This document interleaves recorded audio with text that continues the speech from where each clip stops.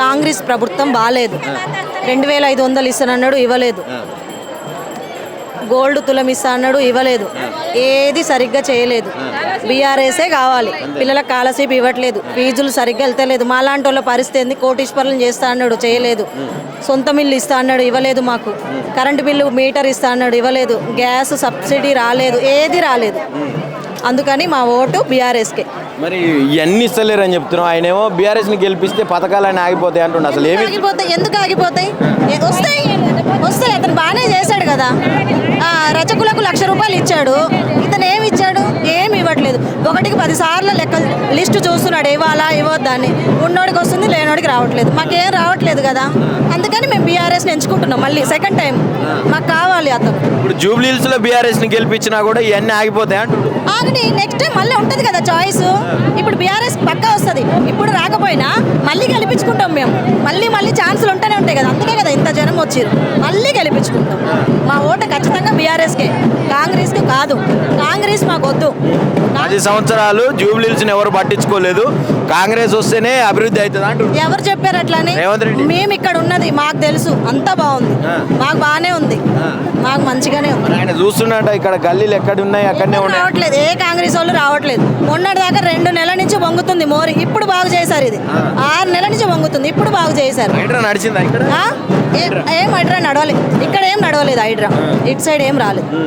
అటు సైడ్ వచ్చిందేమో, ఇటు సైడ్ 6 గ్యారెంటీలలో ఒక్కటి ఏమేమి పథకాలు వస్తాయి? 420 హామీలు ఇచ్చిండు. మీ ఇంట్లోకి ఎన్ని వస్తున్నాయి అసలు? మా ఇంట్లోకి మొన్న జనవరి నుంచి సన్నబియ్యం వస్తున్నాయి. ఇంకా ఏం రాలేదు అంతకు మించి.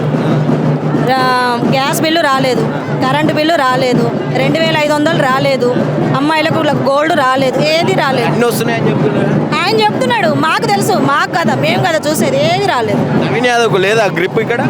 నేనైతే లేదు అనుకుంటున్నా. అంతే. మొత్తం నా ఇల్లు అంటుండు, జూబ్లీహిల్స్ నా ఇల్లు. ఇక బీఆర్ఎస్ క్యాడరే కనబడకుండా ఇగో అందరు అనుకుంటారు ఎన్నో రకాలుగా. అది అవ్వాలి కదా. ఆయన అవ్వాలి అంటే ఆయన చెయ్యాలి కదా. అనుకుంటారు కదా, అనుకునే అన్ని మనకు అవ్వవు కదా. ఇప్పుడు రేవంత్ రెడ్డి ప్రతి ఒక్కటి ఇస్తున్నా అంటున్నాడు. ఇస్తున్నా ఇవ్వట్లేదో మాకు తెలుసు. 10 సంవత్సరాలు నేనే ఉంటా ముఖ్యమంత్రి. కళ అది. కళలు కంటుండేమో. కళలు ఏం చెప్పాలనుకున్నారు రేవంత్ రెడ్డి?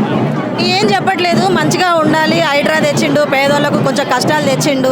ఇంకేం మంచిగా లేదు అని అనిపిస్తుంది. మళ్ళీ మాకు కేసీఆర్ కేటీఆర్నే ఎంచుకుంటాం. అతనే వస్తాడు. ఎట్లా ఉందాక కాంగ్రెస్ వచ్చినాక? కాంగ్రెస్ ఏం బాగు చేసింది మమ్మల్ని? కాంగ్రెస్ ఏం బాగు చేయలేదు. ఏం బాగు చేయలేదు. ఎందుకు చేసిన అంటుండు? అన్ని చేసినంటే ఆయన అనుకుంటే సరిపోద్దా? మేము అనుకోవాలి కదా. చేసిన ఏం చేసిండు ఆయన?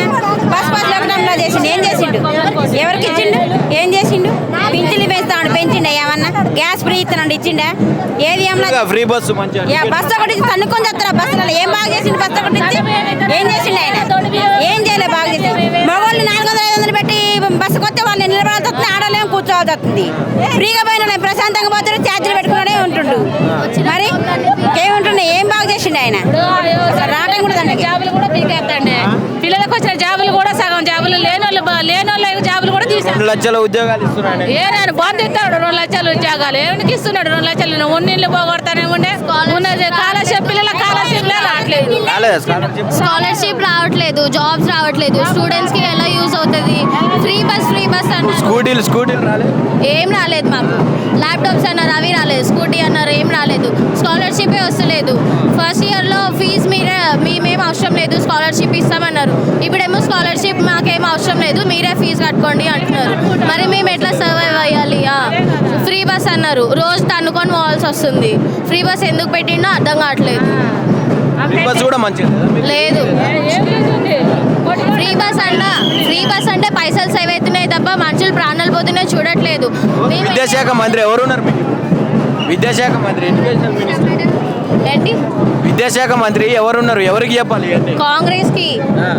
రేవంత్ రెడ్డి వచ్చిన తర్వాత ఇవన్నీ జరుగుతున్నాయి. మొన్న మేము కాలేజ్కి వెళ్ళేటప్పుడు అక్కడ యాక్సిడెంట్ అయింది. దేని వల్ల? ఫ్రీ బస్ వల్ల.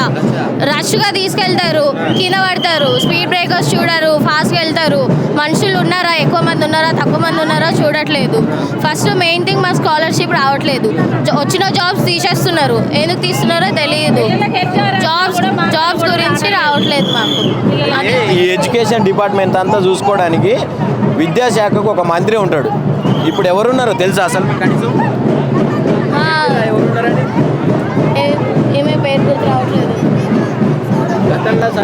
రెడ్డి ఉండే, అవును. ఇప్పుడు ఎవరు ఉన్నారు తెలియదా? చెప్పలేదా? రేవంత్ రెడ్డి ఉన్నాడు ఆయన. రేవంత్ రెడ్డి సీఎం కదా. సీఎం ఆయనే, మీకు మంత్రి కూడా ఆయన. లేదు, ఆయన కదా, ఆయన నుంచి ఆర్డర్స్ వస్తేనే కదా ఎడ్యుకేషన్ మినిస్టర్ చేసేది. ఎడ్యుకేషన్ మినిస్టర్ చేసేది ఆయన నుంచి ఆర్డర్స్ వస్తేనే కదా, అందుకని వాళ్ళ కింద వాళ్ళు చేసేది. సీఎం చెప్పని వాళ్ళు ఏం చెయ్యరు కదా, సీఎం చెప్తేనే కదా చేసేది. పిల్లలు కనీసానికి ఫస్ట్ మార్కులు తెచ్చుకున్న పిల్లలు కూడా మళ్ళీ మార్కులు రావట్లేవు. మళ్ళీ రిజర్వేషన్ పెడితే మళ్ళీ మార్కులు వస్తున్నాయి.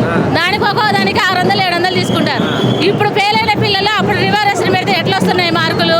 ఇప్పుడు అప్పుడు కూడా మార్కులు ఫెయిల్ కావాలి కదా, అలా ఎలా వస్తున్నాయి? మరి ఇలా ఇబ్బంది అయిపోతుంది పిల్లలకు కూడా, చాలా వరకు కూడా. ఇదే మరి కాంగ్రెస్ వచ్చిన కానీ ప్రభుత్వం అయిపోయింది. చాలా మంది పేదల పిల్లలకు కూడా కాలేజ్ జాబులు పోయినాయి, చాలా వరకు పోయినాయి. ఆయన 2 లక్షలు ఇస్తున్నా నేను అన్నాడు, 1 లక్ష ఉద్యోగాలు ఇచ్చినప్పుడే అన్నాడు. 2 లక్షలు ఇప్పుడు సన్న బియ్యం ఇస్తా అన్నాడు అన్న. ఇప్పుడు 3 నెలలు ఒకసారి ఇచ్చిండు, ఈ నెల దొడ్డు బియ్యం వచ్చినాయి. మరి 4 నెలలకే నువ్వు సన్న బియ్యం ఎందుకు వదిలేసినావు? మరి సన్న బియ్యం ఎందుకు ఇవ్వట్లేదు? ఆయన నేను తినే బియ్యమే ఇస్తున్నా అందరికి అంటున్నాడు. నువ్వు ఆయన బియ్యం తినమని, మేము తినే బియ్యం ఆయన తినమని తింటాడేమో. ఆయన 5 తింటున్నాగానే మీకు 5 ఇస్తున్నాడు. మా ఇళ్ళకి వచ్చి వండి పెడతాం తినమని, ఆ గంజి బియ్యమే, ఆ గంజి బియ్యమే తినమను. మా ఇళ్ళకి కొత్తది వండి పెడతాం గంజి. మంత్రులు తినరుగా, అది స్టార్ట్ కాగానే 3 నెలల బియ్యం ఇచ్చారుగా. గొప్పగా తింటారు వాళ్ళు. 3 నెలల బియ్యం మంచిగా ఇచ్చిండు కాదనట్లే. సన్న బియ్యం వచ్చినాయి, వచ్చే కాడ వచ్చినాయి, రాని కాడ రాలేదు. మరి ఇప్పుడైతే 10 నెలలు అయితే మరి దారుణంగా వచ్చినాయి అవి కూడా. మళ్ళీ 4,000 బియ్యం పెన్షన్ ఇస్తుండు. 4,000 4,000 ఎవరికి ఇస్తున్నాడు? మహిళలకి 2,000 3,000 అది అకౌంట్లో వేస్తా అన్నాడు, అవి లేవు. పిల్లలకు స్కూటీలు ఇస్తానన్నారు, అవి లేవు. స్కాలర్షిప్ డబ్బులు ఇస్తానన్నారు, అవి లేవు. కనీసానికి పిల్లలు ఫస్ట్ మార్కులు తెచ్చుకునే పిల్లలకు కూడా మార్కులు రావట్లేదు. నిజంగానే ఇయ్యలేదా? నువ్వు బీఆర్ఎస్ జెండా వేసుకున్నా అని చెప్తున్నావు. బీఆర్ జెండా వేసుకొని కాదు, మా జెండా వేసుకొని చెప్తానే కానీ అసలు ఇయ్యలేదు కూడా. జెండా లేకున్నా చెప్తా, జెండా ఉన్నా చెప్తా. మరి ఎట్లా ఇప్పుడు ఆయన ఈయన పెట్టాడు, జెండా వేయగానే ఆయనే పెట్టాడు. ఏడున్న మాట అట. ఇప్పుడు కేసీఆర్ ఉన్నప్పుడు వచ్చినాయి, వచ్చాక వచ్చినాయి. ఆయన చేసే వారికి చేసిండు. ఇప్పుడు డబుల్ బెడ్రూమ్లు అయ్యి మేము కూడా పెట్టుకున్నాం, మాకు కూడా రాలేదు. మేము కూడా పేదలమే కదా, మాది కూడా తెలంగాణ, మాకు కూడా రాలేదు కదా. మరి ఆయన ఇతనేగా ఆయన పంచి పెట్టేది. ఇప్పుడు సంవత్సరం కూడా కాలేదు, ఈయన ఇయ్యంది ఆయన ఆచి పంచి పెడతాడు. వచ్చిన ఇవన్నీ కూల కొట్టడు తప్ప ఏది లేదు. అంతే మరి. అయితే ఆ కూల కొట్టిన దానికి కూడా ఆయన ఏం చెప్తున్నా అంటే, పేదోళ్ళు అందరూ ఇక దాన్ని ఒడ్డుకుంటే ఉండాలన్నా, వాసన వస్తుంటది మూసిలా, అందుకే కూల కొట్టిన. కూల కొట్టిన పేదలకి ఇవ్వమని ఇస్తాడేమో ఇవ్వమని పేదలకి. ఇప్పుడు ఉన్నోళ్ళకి కూల కొట్టిండు కదా, ఇప్పుడు మా సొంటలకి ఇవ్వమను, అది ఇచ్చి మాట నిలబెట్టుకోమని ఆయన. మరి పేదలకు ఇచ్చిన మాట నిలబెట్టుకోమను. తులం బంగారం ఎవరికి ఇచ్చిండాడు? తులం బంగారం ఎవరికి ఇచ్చిండు? తులం బంగారం పెళ్లిళ్ళు చేసుకున్న వాళ్ళకి ఇస్తాడు. పెళ్లిళ్ళు చేసుకున్నాక తర్వాత సగతి కళ్యాణ దిక్కు లేదు. ఇక తులం బంగారం ఇస్తాడు. మొత్తం అయిపోయినాయి. ఎవరికి ఇస్తున్నాడు కళ్యాణ లక్ష్మి? ఇప్పుడు మా పిల్లలకు పెళ్లి జూబ్లీహిల్స్ లా బీఆర్ఎస్ ని గెలిపిస్తే పథకాలన్నీ ఆగిపోతాయి అని చెప్తున్నాడు. అవునా? పథకాలన్నీ ఆగిపోతాయా? ఇప్పుడు ఆయన వచ్చి పథకాలని చేసిండు అన్నట, అని చేసిండు ఆయన. అదే కదా ఆగిపోతాయి అంటుండు. మరి గెలిపించుకుంటారా? కాంగ్రెస్ కి వేస్తారు ఓటు? మేము కాంగ్రెస్కి వేయం. ఆగిపోయినా మంచిదేనా? వేయం. కాంగ్రెస్ పోవాల్సింది, అడుగు పట్టాల్సిందే. 10 సంవత్సరాలు ముఖ్యమంత్రి, 10 సంవత్సరాలు ముఖ్యమంత్రి ఉంటా అంటాడు. 10 సంవత్సరాల ముఖ్యమంత్రే కావాలా? 10 సంవత్సరాలు రేవంత్ రెడ్డి ముఖ్యమంత్రి ఉన్నాడు. ఆయన చెప్తుండగా ఆయన చెప్తే మాత్రం యుద్ధలో చేయొద్దా? అంతే కదా, ఆయన చెప్తాడు ఎన్నో. వేసేది మేము కదా, ఇప్పుడు మేము అర్మగిస్తున్నాం. తర్వాత అందరు సంతోషంగానే ఉన్నారు, వాళ్ళు నాకే ఓట్లు వేస్తారు. నీకే ఆయనకే వేస్తారట. ఆయనకే వేస్తాం, అందరిని ముంచుతారనగా ఆయనకే వేస్తాం. అది ఆయనకే వేస్తాం.